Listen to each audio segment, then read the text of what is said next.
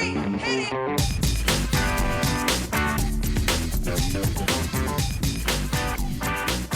Good morning, good afternoon, good evening, and welcome to today's Caffeine for the Soul. And if you like the ideas I share in these weekly podcasts, check out the basic course at michaelneill.org/basic course. And it's a free, more in-depth introduction to the inside-out understanding at the heart of what I share. And this week, what I'm sharing is kind of quite specific, and it originates with something that my friend Paul McKenna wrote about in his book, I Can Make You Thin. And I had the pleasure of working with Paul on that book. And it's actually, as far as I know, it's the best-selling book on weight loss ever written. It sold over 7 million copies. And it's just a wonderful introduction to a sort of a natural way of eating differently for health. And in it, he shares what he calls his 4 golden rules. And the 4 golden rules are: eat when you're hungry, eat what you actually want, not what you think you should, enjoy each mouthful, stop eating when you think you might be full. And the results are legion. When people do those 4 things consistently, they lose weight and they keep it off. Now, there's also other things that are helpful. Eat less, move more. All of that becomes true. But you naturally wind up eating less when you eat according to the 4 golden rules. Now, years later, after we worked on the book, I came to see that the 4 golden rules weren't really things that you had to do. They were the way you would naturally eat if you didn't have a lot of thinking about food. So in other words, if you didn't have a lot of thinking about food, why would you ever eat when you weren't hungry? If you didn't have a lot of thinking about food, why would you ever not eat what you wanted? If you didn't have a lot of thinking about food, why wouldn't you enjoy each mouthful? And if you didn't have a lot of thinking about food, why would you keep eating when you weren't hungry anymore? And so there's a sort of a natural way of eating, which would be how we would eat if we didn't have all these ideas and thoughts and fears and worries and concerns and good ideas about how we're supposed to eat, particularly if you've been trying to lose weight for much of your life, as many people have. And so they've not only picked up a lot of ideas and rules for how to eat, they picked up a lot of contradictory rules and ideas about how to eat. So what is this weird and wonderful way to lose weight I'm calling a mouthgasm? Well, over the years, I found that I go in and out of this natural way of eating, of following these golden rules. And, as with most things, when I do it, it works great. And when I don't, it stops.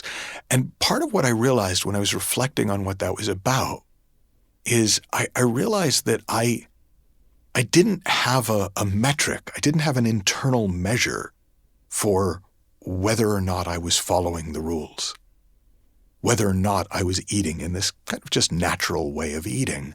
And then one day, I had been eating a very specific, very restrictive ketogenic diet for a while. And I got to a point where my body stopped feeling good on it. And so even though, I looked great, I didn't feel good.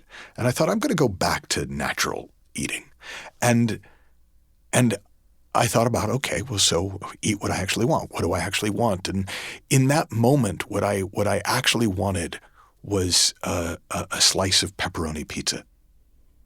And, I had all the thoughts about, but you can't eat this on a ketogenic diet. And then I'm like, I'm not on a ketogenic diet. Oh, yeah, okay.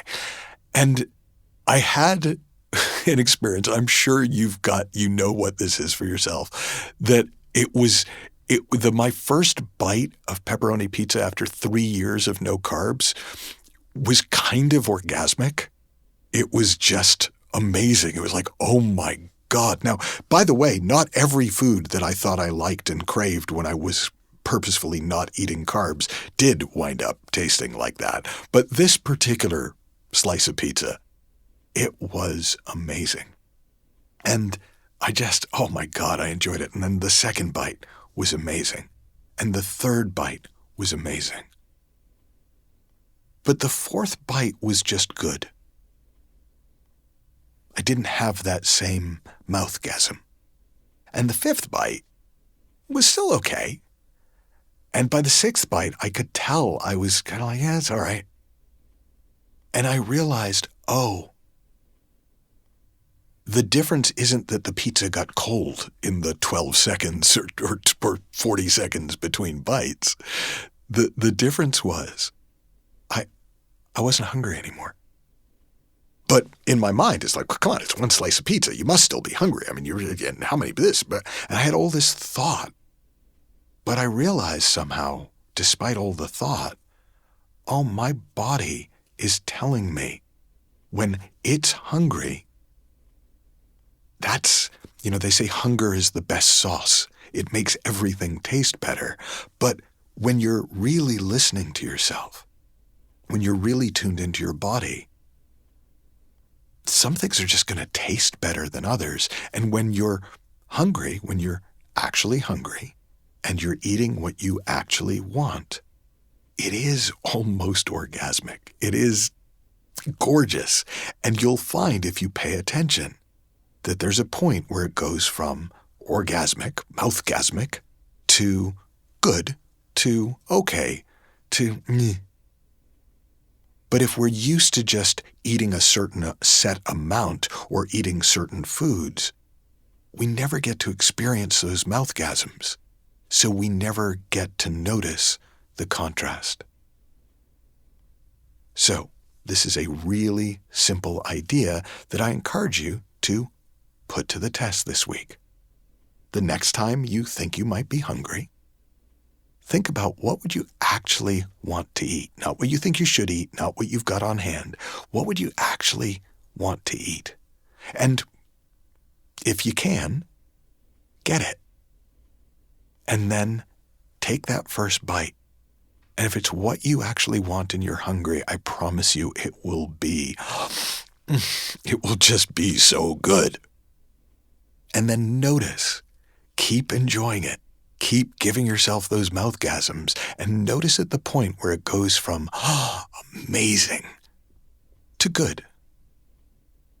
Now that doesn't mean you have to stop when it's only good.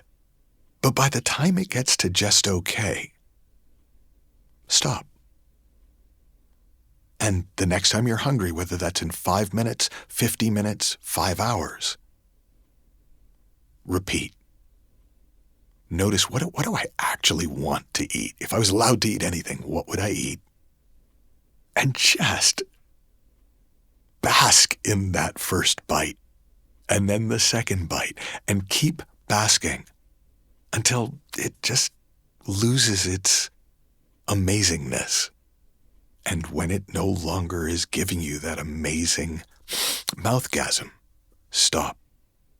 Now, I will tell you from experience, this is so radically different to the way most of us have learned to eat that we struggle with it. And especially if we're out socially, and people go, well, don't you like the food? I loved the first 4 bites. Sounds really weird. But if you're up for it, if you stick with it, your body is telling you exactly what it wants and needs. Without ever reading a book on nutrition, one of the most famous studies that I came across in researching the original I Can Make You Thin book was a study where they took a group of 5-year-olds and they gave them access to a cafeteria style food thing that was open 24/7. So any time of day or night, they could go in and get pretty much any food they wanted. There was junk food, there was desserts, there was salads, there was vegetables, there was meat, and what they found is that while in the first few days, once the kids realized they weren't going to get in trouble, they would eat lots of desserts.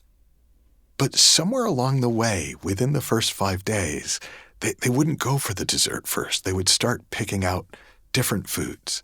And what they found is over the course of 2 weeks, these 5-year-old kids who knew nothing about nutrition naturally ate a balanced, healthy diet. And that same wisdom that was in us when we're 5 is in us now. Have fun, learn heaps, happy exploring, and I'll talk with you soon.